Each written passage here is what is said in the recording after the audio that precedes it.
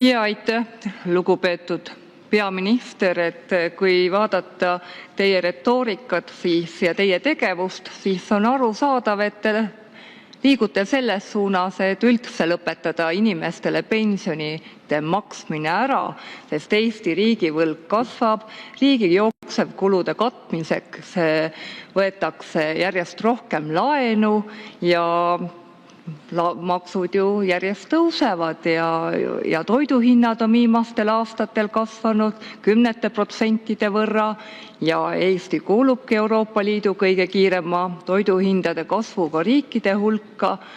Ja aga samas, kui me vaatame, kuidas teised riigid käituvad, need leiavad meetmeid, teie ei leia.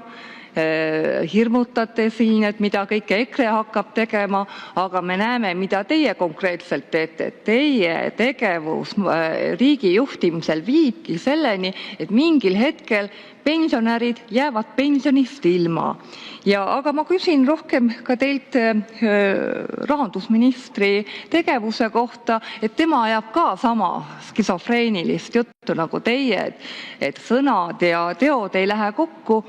Ja kas te võtate nüüd kogu süü endale või leiate, et ka rahandusminister Jürgen Ligi on süüdi selles, et riigi hinnad on tõusnud, maksukoormus on kasvanud, riigi võlg on suurenenud ning usaldus valitsuse majanduspoliitika vastu on vähenenud?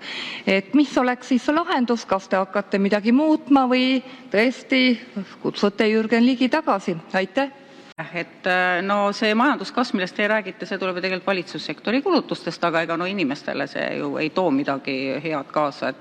Et rääkige teie mida tahes ja mis pensioniraha turule toomisse puutub, eks ole, siis just meie tõime pensioniraha turule, see raha läks kõik majandusse ja siis majandus kasvas, läks tarbimisse, inimesed said lõpuks ometi endale lubada seda, mida nad ei olnud kaua lubada saanud.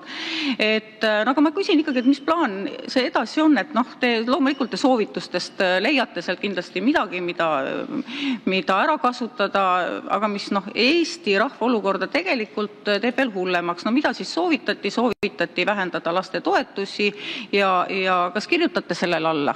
Ja siis soovitati ka kehtestada varamaksud ehk siis kinnisvaramaks. Kirjutate alla.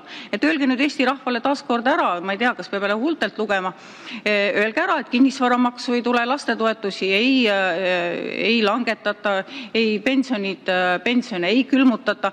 Kaja ütles ka kõike head ja ilusat, aga tuli 26 maksutõusu ja automaks lajatati koos Eesti 200 sotsidega rahvale selga. Lastetoetusi vähendasite koos kohe, kui võimule saite. Nüüd ootab Riigikogu ukse taga üks erakond, kelle nimi on Parempoolsed, kelle juht Lavly Perling juba lubas pensioni vähendada, toetused ära kaotada, lubas Eesti rahvale veel rohkem haiget teha, kui teie olete teinud.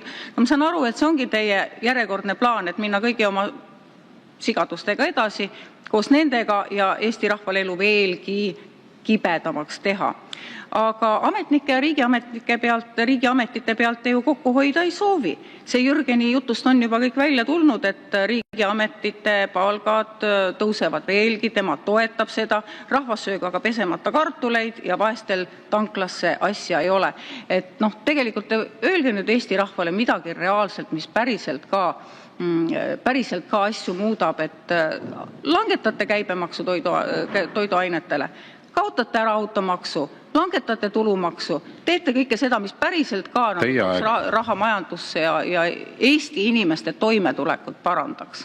Alustame sellest, et te olete siin juba pikemat aega reipalt raporteerinud, kuid me elame teie juhitud Eestis kui parimas võimalikus maailmas ja iga infotund, kus on juhitud teie tähelepanu meie kiirelt kasvavale võlakoormusele, millega kaetakse siis riigieelarve defitsiiti, mis hoolimata kõigest kõrgetest maksudest aina suureneb, inflatsioonile, mis meid kõik igapäevaselt vaeseks teeb.